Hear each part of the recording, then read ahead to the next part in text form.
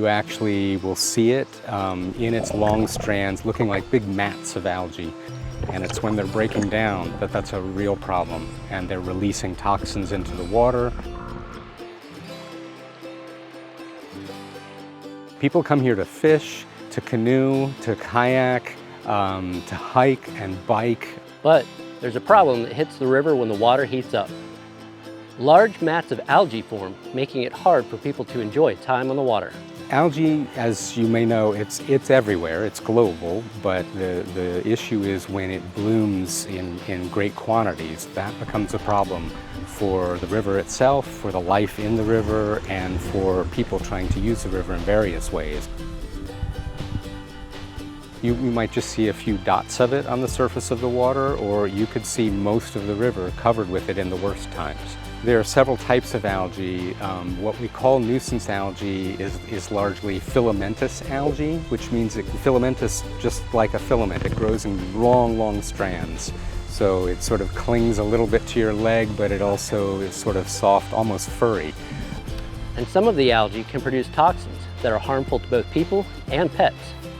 That second type of algae that I was talking about, the harmful algae, it's blue-green algae, and when people come into direct contact with it, it can cause skin irritations, and do not ingest the stuff. Do not let it get in your mouth or your nose. And the same goes for pets. You really need to keep pets out of the blue-green algae. Excess nutrients getting into the water, that's what the algae feed on.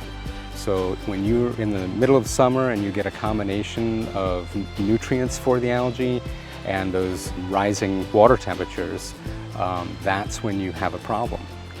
Here in the Shenandoah Valley, nitrogen and phosphorus pollution come from agriculture, developed areas, and wastewater. It's crucial that we accelerate work to reduce pollution to the Shenandoah River and to the Chesapeake Bay downstream.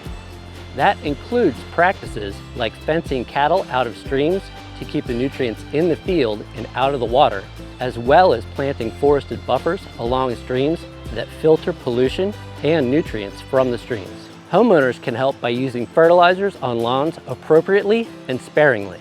The more we know about how we affect the quality of the water that comes from our homes, from our businesses, from our schools, from our shopping centers, from our farms, all of those things together, if we work together, we can improve the quantity and the quality of the water in the Shenandoah River.